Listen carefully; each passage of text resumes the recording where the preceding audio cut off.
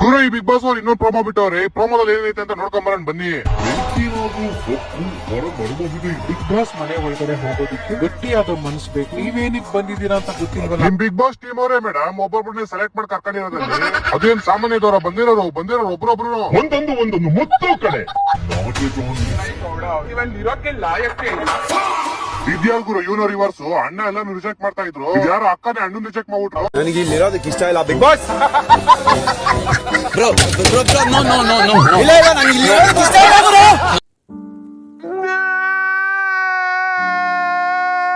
ಅಡ್ಬಿದ್ದೆ ಬಿದ್ದಿಲ್ವಲ್ಲ. ನಿನ್ನೇನ ದೇವ್ರ ಅನ್ಕೊಂಡ್ಬಿಡಿದ್ಯಾ ನೋಡ್ದಾಗೆಲ್ಲ ಅಡ್ಬೀಳಕ್ಕೆ.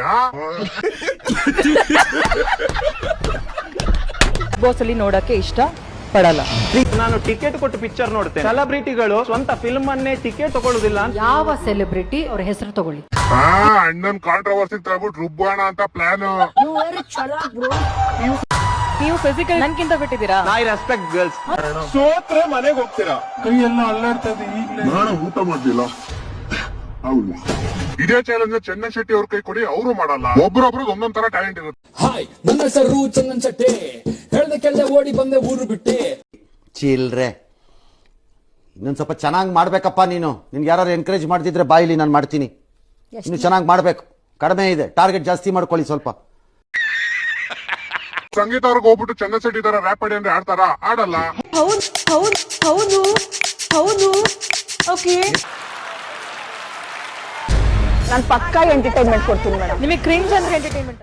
ನೀವು ಅದೇ ಕ್ರಿಂಜ್ ಇಂದ TRP ತಗೊಂತ ಇದೀರಾ. TRPಗೋಸ್ಕರ ಕರ್ನಾಟಕದ ಮುಕ್ತಗಳನ್ನೆಲ್ಲ ನೀವೇ ಆರ್ಸಿ ಕರ್ಕೊಂಡ್ ಬಂದಿದ್ದೀರಾ. ನಿಮಗೆ ಹೆಂಗಂದ್ರೆ ಅವ್ರನ್ನ ಒಳಗ್ ಕಳ್ಸಕ್ ಹೋಯ್ತಿಲ್ಲ, ಈ ಕಡೆ ಬಿಡಕ್ ಹೋಯ್ತಾ ಇಲ್ಲ. ಅದಕ್ಕೆ ಇಲ್ಲಿ ಮಾತ್ರ ಕರ್ಕೊಂಬಂದ್ ರೂಪ್ ಕಳಿಸ್ತಾ ಇದೀರಾ. ಮಗಳು ನೋಡಿದಾರ ನೋಡ್ತಾಳೆ ಸರ್. ಅವಳು ಅದೇ ತರ ಮಾಡಿದ್ರೆ ಎಡಿಟ್ ಮಾಡ್ಬಿಟ್ಟು ಇನ್ಸ್ಟಾಗ್ರಾಮ್ ಅಲ್ಲಿ ಅಪ್ಲೋಡ್ ಮಾಡ್ತಾರೆ. ಅವ್ರ ಮಗಳು ಅವ್ರ ಇಷ್ಟ.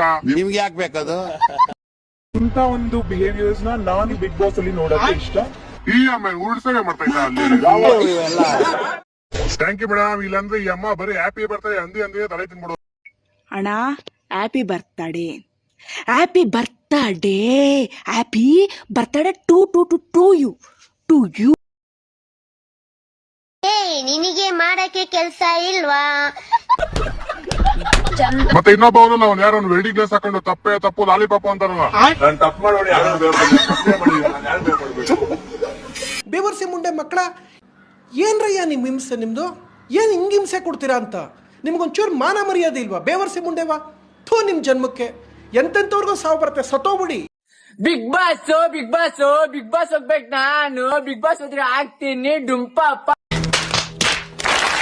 ಅಣ್ಣ ಇನ್ನು ಏನೋ ಬೇಕಣ್ಣ.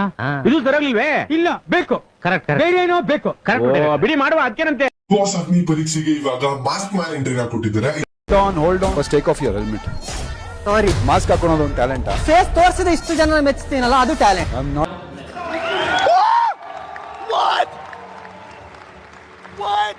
ಈ ಶೋಕ್ ಜಡ್ಜ್ ಮಾಡಕ್ ಬಂದಿದೆ ತಪ್ಪಾಯ್ತು ಅನ್ಸುತ್ತೆ. ನಿಮ್ ಜನ್ಮಕ್ಕೆ ಎಂತೆಂತವ್ರಿಗೂ ಸಾವು ಬರುತ್ತೆ, ಸತ್ತೋಗ್ಬಿಡಿ. ಈ ಫೀಡ್ ಫುಲ್ ನೆಗೆಟಿವ್ ರಿವ್ಯೂಸ್ ಅಂತ ಕುತ್ಕೊಂಡಿದ. ಹೌದು ಇಲ್ಲಿ ನೋಡಿಲಿ ನಿಂದು ಟ್ರೋಲ್. ಪ್ರೋಮೋದಲ್ಲಿ ಇಂಟ್ರೆಸ್ಟಿಂಗ್ ಆಗಿರೋ ಕ್ಯಾಪ್ಷನ್ ಕೂಡ ಕೊಟ್ಟಿದ್ದಾರೆ. ಬಿಗ್ ಬಾಸ್ ಮನೆಗೆ ಬರೋ ಕಂಟೆಸ್ಟೆಂಟ್ಸ್ ಒಬ್ಬೊಬ್ರು ಒಂದೊಂದರ ಡಿಫ್ರೆಂಟ್ ಆಗಿರ್ತಾರೆ ಅಂತ. ಈ ಒಂದು ಪ್ರೋಮೋದಲ್ಲೂ ಕೂಡ ಡಿಫ್ರೆಂಟ್ ಕ್ಯಾಟಗರಿಯಿಂದ ಇಬ್ರು ಬಂದಿದ್ದಾರೆ. ಅಂದ್ರೆ ಮೇನ್ ಆಗಿ ಒಂದು ಕ್ಯಾಟಗರಿಲಿ ಸಿಂಗರ್ ಕ್ಯಾಟಗರಿ ಬಂದ್ರೆ, ಇನ್ನೊಬ್ರು ಒಂದು ಮಾಸ್ಕ್ ಹಾಕೊಂಡು ಬಂದಿದ್ದಾರೆ. ಅಂದ್ರೆ ಒಂದು ಹೆಲ್ಮೆಟ್ ಹಾಕೊಂಡು ಬಿಗ್ ಬಾಸ್ ಅಗ್ನಿ ಪರೀಕ್ಷೆಗೆ ಆಡಿಷನ್ ಆಗಿ ತಗೊಳ್ಳೋದಕ್ಕೆ ಬಂದಿದ್ದಾರೆ. ಇಲ್ಲಿ ಮೇನ್ ಆಗಿ ಅಬ್ಸರ್ವ್ ಮಾಡಿ ನೋಡ್ತಾ ಇದ್ರೆ ಆ ಒಂದು ಕ್ಯಾಪ್ಷನ್ ರಿಲೇಟೆಡ್ ಆ ಒಂದು ಡೀಸೆನ್ಸಿ ಕೂಡ ಕಾಣ್ತಾ ಇದೆ. ಇಲ್ಲಿ ಒಬ್ರು ರೈತ ಮಹಿಳೆ ಹೇಮನಾಥ ಅವರು ಒಂದ್ ಕಡೆಯಿಂದ ಬಂದ್ರೆ, ಇನ್ನೊಂದು ಕಡೆ ಮಾಸ್ಕ್ ಮ್ಯಾನ್ ಮಾನ್ಸ್ಟರ್ ಅಂತ ಒಂದು ಹೆಲ್ಮೆಟ್ ಹಾಕೊಂಡು ಇನ್ನೊಬ್ಬ ವ್ಯಕ್ತಿ ಬಂದಿದ್ದಾರೆ. ಇದರಲ್ಲಿ ಒಂದು ಸಿಂಗರ್ ಕ್ಯಾಟಗರಿ ಇದೆ. ಪ್ರತಿ ಸೀಸನ್ ಅಲ್ಲೂ ಪ್ರತಿ ಬಿಗ್ ಬಾಸ್ ಅಲ್ಲೂ ಕೂಡ ಒಂದೊಂದು ಸಿಂಗರ್ ಕ್ಯಾಟಗರಿಲಿ ಒಬ್ರು ಇದ್ದೇ ಇರ್ತಾರೆ. ಅಂತದ್ರಲ್ಲಿ ಇವ್ರೇನಾದ್ರು ಬಂದ್ರೆ ಆ ಒಂದು ಇಂಟ್ರೆಸ್ಟಿಂಗ್ ಆಗಿರೋ ಕ್ಯಾರೆಕ್ಟರ್ ಕೂಡ ಹೊರಗಡೆ ಬರುತ್ತೆ. ಮತ್ತೆ ಇವರು ಒಬ್ರು ಸೆಲೆಕ್ಟ್ ಆಗೋ ಚಾನ್ಸಸ್ ನೆಕ್ಸ್ಟ್ ರೌಂಡ್ ಗೆ ಇಲ್ಲಿ ಸೆಲೆಕ್ಟ್ ಆಗಿದ್ದಾರೆ ಅಂತ ಗೊತ್ತಾಗ್ತಿದೆ. ಬಟ್ ಅದಾದ್ಮೇಲೆ ಬಿಗ್ ಬಾಸ್ ಮನೆಗೆ ಎಂಟ್ರಿ ಕೊಡ್ತಾರಾ ಇಲ್ವಾ ಅಂತಾನೆ ಅದೊಂದು ಸ್ವಲ್ಪ ಡೌಟ್ ಇದ್ದೇ ಇರುತ್ತೆ. ಅದನ್ನ ಎಪಿಸೋಡ್ ಅಲ್ಲಿ ನೋಡಿದ್ರೆ ಗೊತ್ತಾಗುತ್ತೆ. ಬಟ್ ಈ ಒಂದು ಎಮೋಷನಲ್ ಕ್ಯಾಟಗರಿ, ಸಿಂಗರ್ ಕ್ಯಾಟಗರಿಯಲ್ಲಿ ಬಂದ್ರೆ ಒಂದು ಇಂಟ್ರೆಸ್ಟಿಂಗ್ ಆಗಿರೋ ಕ್ಯಾರೆಕ್ಟರ್ ಬಿಗ್ ಬಾಸ್ ಮನೆಗೆ ಎಂಟ್ರಿನ ಕೊಡ್ತಾರೆ. ಆ ಒಂದು ವ್ಯಕ್ತಿನ ನೋಡಿದ್ರೆ. ಇವಾಗ ಇನ್ನೊಂದು ಕಡೆ ಬರೋದಾದ್ರೆ ಒಂದು ಆಪೋನೆಂಟ್ ವರ್ಷನ್, ಇವ್ರು ಯಾವ ರೀತಿ ಇದ್ರು, ಹೇಮಲತಾ ಅವ್ರು ಯಾವ ರೀತಿ ಇದ್ರು, ಅವ್ರ ಆಪೋನೆಂಟ್ ವರ್ಷನ್ ಅಲ್ಲಿ ಇವಾಗ ಇನ್ನೊಬ್ರು ಮಾನ್ಸ್ಟರ್ ಅಂತ ಒಂದು ಹೆಲ್ಮೆಟ್ ಹಾಕೊಂಡು ಎಂಟ್ರಿನ ಕೊಟ್ಟಿದ್ದಾರೆ. ಹಾಗೆ ಇಲ್ಲಿ ರಿಜೆಕ್ಷನ್ ಆಗೋದಕ್ಕೆ ಕಾರಣ ಏನಂತ ಅಂದ್ರೆ ಆ ಒಂದು ಮಾಸ್ಕ್ ನ ರಿಮೂವ್ ಮಾಡ್ಬೇಕಿತ್ತು. ಅಂದ್ರೆ ಆ ಒಂದು ಹೆಲ್ಮೆಟ್ ನ ರಿಮೂವ್ ಮಾಡಿದ್ರೆ ಒಂದು ಪ್ರೊಸೀಜರ್ ಏನಿತ್ತು ಕಂಟಿನ್ಯೂ ಆಗ್ತಿತ್ತು. ಬಿಗ್ ಬಾಸ್ ನಿಜಕ್ಕೂ ಸ್ಕ್ರಿಪ್ಟೆಡ್ ಅಥವಾ ರಿಯಲ್ ಅನ್ನೋದಕ್ಕೆ ಸಾಕ್ಷಿ ಈ ವಿಡಿಯೋನೇ ಕೊನೆ ತನಕ ನೋಡಿ. ಕರೆಕ್ಟ್ ಆಗಿ ಮಾಡ್ತೀವಿ, ನಿಮ್ಮಂತವ್ರು ನೋಡ್ಕೊಂಡೆ ನಾವು ಮಾತಾಡೋದಂಗೆ. ಇಬ್ರು ಸಖತ್ತಾಗಿರೋ ಹುಡುಗಿಯರು ಎಂಟ್ರಿ ಕೊಟ್ಟರು ಬಿಗ್ ಬಾಸ್. ಈ ಕಾಲದಲ್ಲಿ ನಂತರ ಒಳ್ಳೆ ಹುಡುಗ ಎಲ್ ಸಿಗ್ತಾನೆ. ಅದ್ರಲ್ಲಿ ಇವಳಂತೂ ಸಖತ್ತಾಗಿ ಪೋಸ್ ಕೊಡ್ತಾವಳೆ. ಇಲ್ಲಿಯೂ ನಿಮಗೆ ಗೊತ್ತಾಗಿರ್ಬೋದು ಇದು ಸ್ಕ್ರಿಪ್ಟೆಡ್ ಅಂತ. ಯಾಕಂದ್ರೆ ಅವ್ರು ಎಂಟ್ರಿ ಕೊಡ್ತಾನೆ ಮೊಬೈಲ್ ಹಿಡ್ಕೊಂಡು ಎಂಟ್ರಿ ಆಗೋರೆ. ಅವ್ರಿಗೆ ಟಾಸ್ಕ್ ಕೂಡ ಮೊಬೈಲ್ ಹೊಡೆದಾಕೋದೇ ಕೊಟ್ಟಿದ್ದಾರೆ. ಮೊಬೈಲ್ ಹೊಡೆದಾಡಕೋ ಮುಂದೆ ಫುಲ್ ಖುಷಿ, ಹೊಡೆದಾಕಿದ ಮೇಲೆ ಬೇಜಾರು, ಕಣ್ಣೀರು ಎಲ್ಲ. ಒಬ್ಳಂತೂ ಕುತ್ಕೊಂಡು ಅಳ್ತಾವಳೆ. ಆಮೇಲೆ ಅವಳು ಮೊಬೈಲ್ ಹೊಡೆದ ಮೇಲೆ ಗೊತ್ತಾಗಿದೆ ಅವಳಿಗೆ ನನ್ ಬಾಯ್ ಫ್ರೆಂಡ್ ಗೆ ಫೋನ್ ಮಾಡ್ಬೇಕಿತ್ತು ಅಂತ. ಜನಕ್ಕೆ ಕ್ಯೂರಿಯಾಸಿಟಿ ಹುಟ್ಟಿಸಿ TRP ಗಳಿಸ್ಕೊಳ್ಳೋದು ಇದ್ರ ಪ್ಲಾನ್ ಆಗಿದೆ.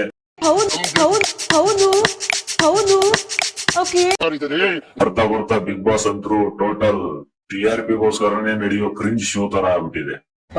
ಅವ್ರು ಇನ್ನ ಎಪಿಸೋಡ್ ನೋಡ್ದಿರೋದು ತಪ್ಪು. ಅಣ್ಣ ಸಖತ್ ಆಕ್ಟಿಂಗ್ ಮಾಡ್ತಿದ್ದಿ ಕಣ, ಕಲಾವಿದ ಕಣ. ನಮಸ್ಕಾರ ಕಣ, ನೀನು ನಮಸ್ಕಾರ. ಕಲಾವಿದ ಯಾರು ಅಂತ ಜನ ನಾನಲ್ಲ ಇಲ್ಲಿ ಎಲ್ಲ ಡೈಲಾಗ್ ಮಾತಾಡೋದು. ಎಪಿಸೋಡ್ ನೋಡಿದ್ಮೇಲೆ ಗೊತ್ತಾಗತ್ತೆ ಏನ್ ನಿಜ ಏನ್ ಸುಳ್ಳು.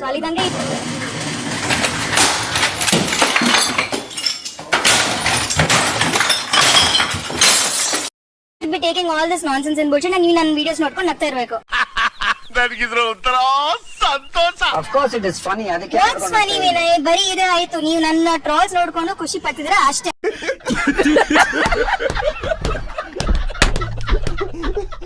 Just be honest. Okay, no need. I don't want to talk to you. I am enjoying. It's funny. ನಾನು ಅವತ್ತು ಬಾಯಿ ಏರ್ಕೊಂಡು ಹೇಳ್ದೆ ನಿಮ್ಗೆ, ಬಿಗ್ ಬಾಸ್ ಕರ್ಕೊಳ್ಳಿ ಸರ್, ನಾನು ಜನಗಳಿಗೆ ಹೆಲ್ಪ್ ಮಾಡ್ತೀನಿ, ಬಡವರ ಬಗ್ಗರಿಗೆ ಹೆಲ್ಪ್ ಮಾಡ್ತೀನಿ, ಅಂಗವಿಕಲರಿಗೆ ಹೆಲ್ಪ್ ಮಾಡ್ತೀನಿ ಅಂತ. ಅದ್ ಕಿವಿ ಕೇಳಿಸಿಲ್ಲವಲ್ಲ ನಿಮ್ಗೆ?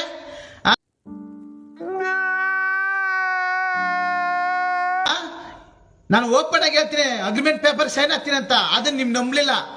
ಯಾರ್ಯಾರ್ಗ ದುಡ್ಡು ಇರೋರ್ಗೆ, ದುಡ್ಡು ಮಾಡೋರ್ಗೆ, ಅಂತವ್ರಿಗೆ ಕೆಲಸ, ಅಂತವ್ರಿಗೆ ಬಿಗ್ ಬಾಸ್ ಸೇರ್ಸ್ಕೊಂತೀರಾ? ನಮ್ಮಂತರ ಕಣ್ ಕಾಣಿಸಲ್ಲ ನಿಮ್ಗೆ? ಅದಕ್ಕೆ ಗುರು, ಕೋರ್ಟಲ್ಲಿ ನ್ಯಾಯ ದೇವತೆಗೆ ಬಟ್ಟೆ ಕಟ್ಟಿರೋದು ಸತ್ಯ ಕಾಲ ಇಲ್ಲ. ಮೋಸ ಮಾಡಿದವ್ರಿಗೇನೆ, ವಂಚನೆ ಮಾಡಿದವ್ರಿಗೇನೆ ಕಾಲ ಅಂದ ಅದು ಸತ್ಯ ಅಂತ ಪ್ರೂವ್ ಆಗೈತೆ ಗುರು. ದೇವ್ರ ಸತ್ಯಗೂ ಪ್ರೂವ್ ಆಗೈತೆ ಗುರು. ಇವತ್ತು ನೀವ್ ಹೇಳಿದ್ರಲ್ಲ, ನಮ್ಮಂತರ ಕರ್ಕೊಂಡಲ್ಲ, ನಮ್ಮಂತ ಬಡವ್ರನ್ನ ಕರ್ಕೊಂಡಲ್ಲ, ಎಂತೆಂಥವ್ರನ್ನ ಕರ್ಕೊಂತೀರಿ. ನಮ್ಮಂತರ ಏನ್ರಿ ಮಾಡಿದೀವಿ ಬಡವರು? ಪ್ರೂವ್ ಮಾಡಿಬಿಟ್ರೆ ದೇವ್ರ ಸತ್ಯಗೂ. ಕೋರ್ಟಲ್ಲಿ ನ್ಯಾಯ ದೇವತೆಗೆ ಕಣ್ಗೇನ್ ಬಟ್ಟೆ ಕಟ್ಟಿರೋದಲ್ಲ, ಸತ್ಯ ಕಾಲ ಇಲ್ಲ, ಎಲ್ಲ ಮೋಸ ಮಾಡೋರಿಗೆ ಕಾಲ ಅಂತ ಇವಾಗ ಗೊತ್ತಾಯ್ತು ಗುರು. ದೇವರಿಗೂ ಥ್ಯಾಂಕ್ಸ್ ಗುರು.